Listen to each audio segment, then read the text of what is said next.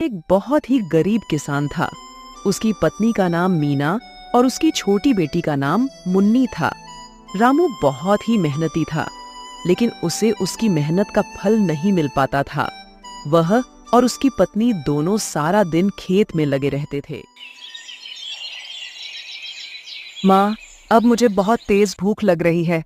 क्या मैं पिताजी को खाना खाने के लिए बुला लाऊं? हाँ, जाओ बेटा। मैं तो उन्हें कब से बुला रही हूँ, लेकिन वो है कि मेरी कुछ सुनते ही नहीं है। फिर मुन्नी रामू को बुलाने के लिए चली गई। पिताजी, आप जल्दी से खाना खाने चलो। आप कब से काम कर रहे हो? मुझे बहुत भूख लग रही है।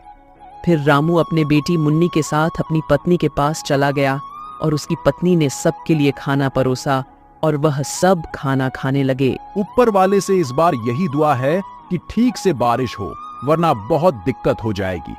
पिछले साल ठीक से बारिश ना होने के कारण अपनी मेहनत बर्बाद हो गई थी। बस ऊपर वाला इस बार ऐसा बिल्कुल नहीं हो। इस बार रामू ने मीना के सारे गहने बेचकर खेत के लिए बीज और खाद खरीदे थे।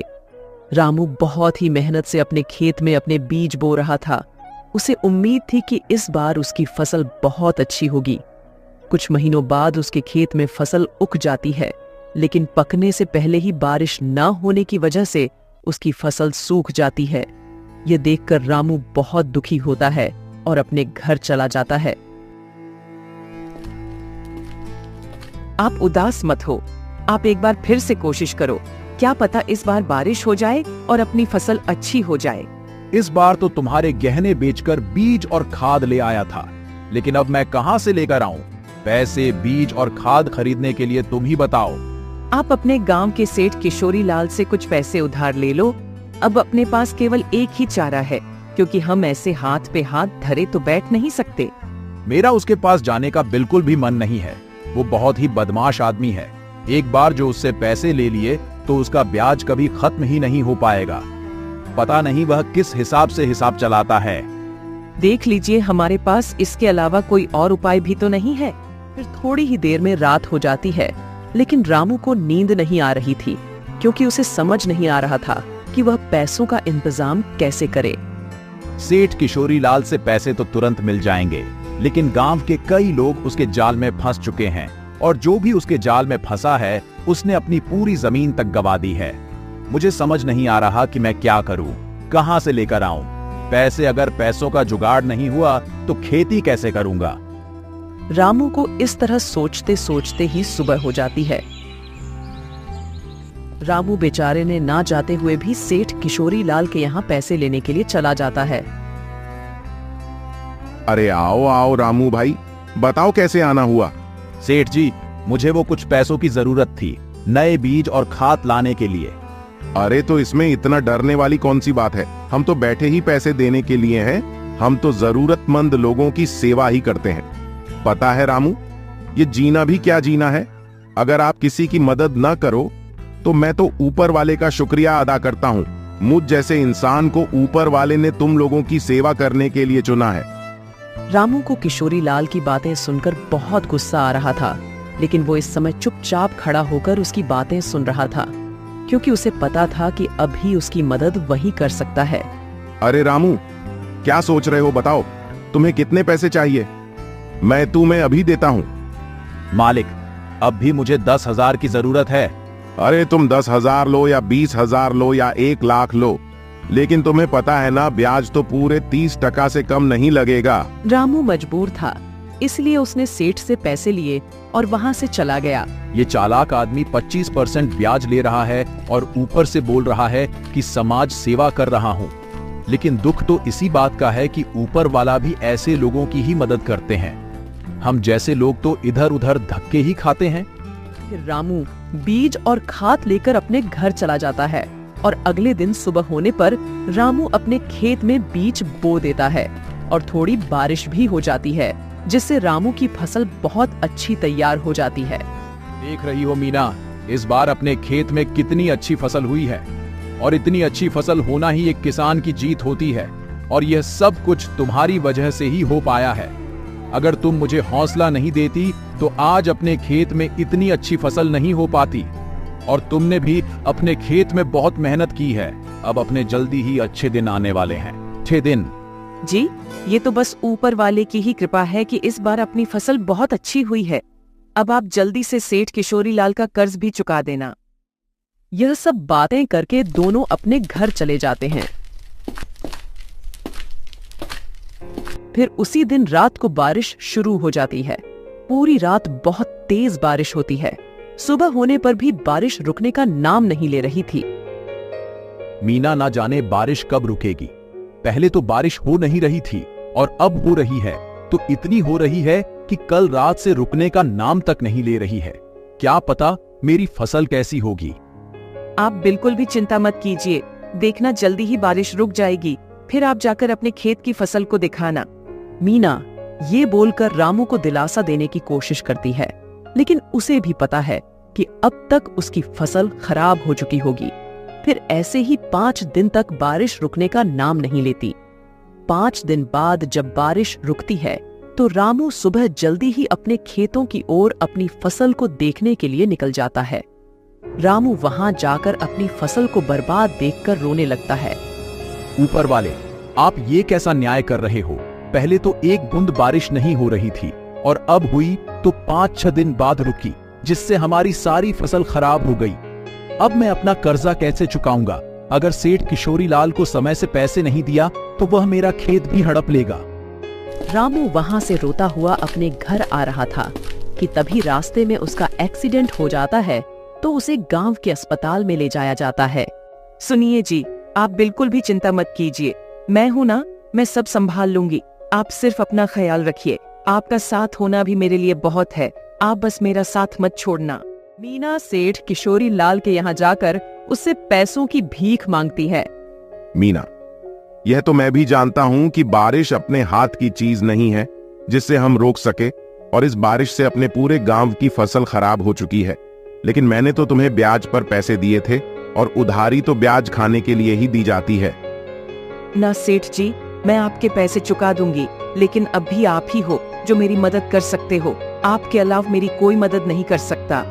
मैं तुम्हें पैसे तो उधार नहीं दे सकता, लेकिन मेरे पास कुछ आलू पड़े हैं, तुम उन्हें बाजार में बेचा आओ। अगर तुमने उनको अच्छे दामों में बेच दिया तो मैं तुम्हें उस कीमत का कुछ हिस्सा दे दूंगा। मीना के पास और कोई उपाय नहीं था, इसलिए वह इस बात के लिए मान जाती है। तो सेठ अपने आदमी के साथ आलू की बोरियां मीना के यहाँ भेज देता है। लेकिन मीना जैसे ही आलू को देखती है तो वो हैरान हो जाती है। ये सारे आलू तो सड़े हुए हैं, यह आलू कौन बाजार में खरीदेगा? अरे मीना, तुम्हारी समझ में इतना भी नहीं आया कि जब बारिश आने से हमारी फसल बर्बाद हुई है तो सेठ किशोरी लाल की फसल कैसे बच सकती है?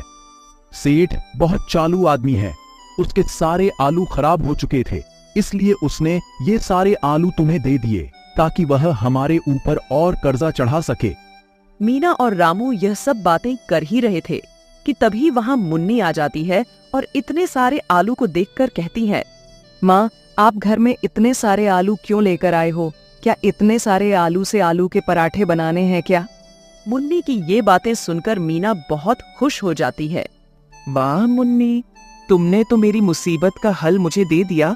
मैं इन आलू को बाजार में ऐसे नहीं बेच सकती, लेकिन अब इनमें से अच्छे आलू अलग निकालकर उनसे आलू के पराठे बनाकर बाजार में बेच सकती हूँ। फिर अगले ही दिन से मीना बाजार में आलू के पराठे बनाकर बेचने लगती है। कुछ ही दिनों में उस गांव में मीना के आलू के पराठे बहुत ही मशहूर हो जाते हैं। ये सब देखकर सेठ किशोरी लाल को बहुत जलन होती है। अरे इस तरह तो यह मीना मेरा सारा कर्जा चुका देगी। मुझे क्या पता था कि सड़े हुए आलू को इस तरह भी इस्तेमाल कर सकती है, वरना मैं इसे यह आलू कभी नहीं देता। सेठ किशोरी लाल मीना की इतनी बिक्री देखकर परेशान हो रहा था, तो वही मीना के मन में भी अब लालच आने लगा था और अब मीना सड़े और खराब आलू से भी पराठे बनाकर बेचने लगी थी। मीना, यह क्या कर रही हो तुम? ये आलू तो पूरी तरह सड़ चुके हैं। अगर तुम इनसे आलू के पराठे बनाओगी तो सबको पता चल जाएगा और हमारी गांव में बहुत बेइज्जती होगी। इस समय मुझे अपने परिवार के आगे कुछ भी नजर नहीं आ रहा। अगर हमें सेठ किशोरी लाल के कर्जे से बचना है तो हमें यह करना ही होगा। और मैंने इसमें मसाले ज्यादा डाले हैं, तो किसी को पता भी नहीं चलेगा, लोगों को सिर्फ गर्म मसाले की ही खुशबू आएगी। ऐसे ही कुछ दिन बीत जाते हैं और मीना सेठ किशोरी लाल का सारा कर्ज चुका देती है। अभी तुम्हें मुझे 1000 रुपए और देने होंगे। किस बात के सेठ जी? मैंने तो आपका सारा कर्जा चुका दिया, तो मुझे आपको किस बात के 1000 रुपए देने होंगे? और अब तो मैंने अपने खेत में आलू के फसल भी उगाना चालू कर दिया, तो मैं अब अपने खेत के आलू से ही पराठे बनाकर बेचूंगी। अगर तुमने मुझे हर महीने 1000 रुपए नहीं दिए तो मैं गांव के सभी लोगों को बता दूंगा कि तुम सड़े हुए आलू से पराठे बनाकर बेचती हो। सेठ जी, अगर आपने ऐसा करने की सोची भी तो याद रखना, वो सड़े हुए आलू आपने ही मुझे दिए थे। पूरे गांव को ये बात बता दूंगी मैं। मीना की यह बातें सुनकर सेठ किशोरी लाल चुप हो जाता है। ऐसे ही कुछ दिनों में रामू भी बिल्कुल ठीक हो चुका था और उन्होंने अपने खेत में पानी की समस्या से बचने के लिए कुआं भी खुदवा लिया था। और अब वो दोनों पति पत्नी अपने खेत में आलू की फसल उगाया करते थे। रामू आलू को बाजार में बेचा करता था और जैसे ही आलू खराब होने लगते तो मीना उनसे आलू के पराठे बनाकर बेचा करती थी। कुछ दिनों बाद सेठ किशोरी लाल गांव के कुछ लोगों को बहला फुसलाकर रामू के यहाँ लेकर जाता है। गांव वालों, अब तुम सब इस मीना के घर की तलाशी लो और देखो कि सड़े हुए आलू से पराठे बनाकर बेचती है। ये बात सुनकर मीना घबरा जाती है। अरे अरे, आप लोग ऐसे कैसे मेरे घर की तलाशी ले सकते हैं? ऐसे कैसे तलाशी ना ले? हम आलू के पराठे बेचकर इतनी तरक्की कर रही हो, जरा हम भी तो देखें तुम किस तरह के आलू इस्तेमाल कर रही हो। तुमने देखते ही देखते अपने खेत में कुआं खुदवा लिया, अपने बच्चे को शहर पढ़ने के लिए भी भेज दिया और तुमने मेरा सारा कर्जा भी चुका दिया।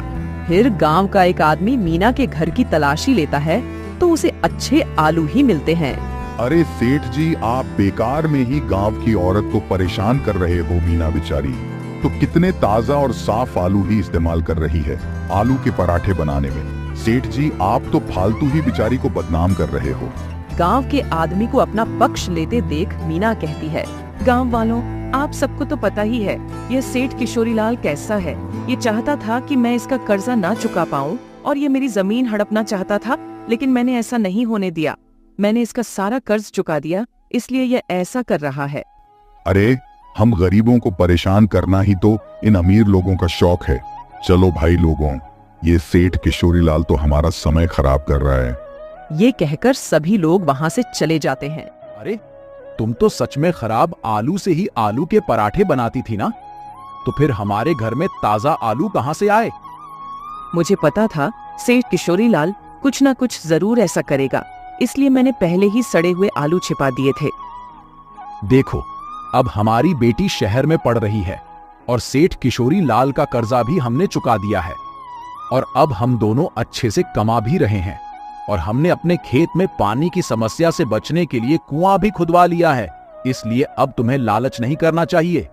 आप बिल्कुल सही कह रहे हो, इसलिए तो मैंने अपने घर से सारे आलू छिपा दिए थे, वरना पूरे गांव में हमारी बदनामी हो जाती और हमें गांव से निकाल दिया जाता, तो हम फिर से रोड पर आ जाते। मैंने जो भी किया अपने परिवार के लिए किया, अपने हालातों की वजह से किया, लेकिन जब अब हालात सुधर चुके हैं तो अब मुझे भी अपनी गलती को सुधार लेना चाहिए। आज के बाद मैं अब हमेशा अच्छे आलू का इस्तेमाल करूंगी और खराब आलू का राज हमारे बीच ही रह जाएगा।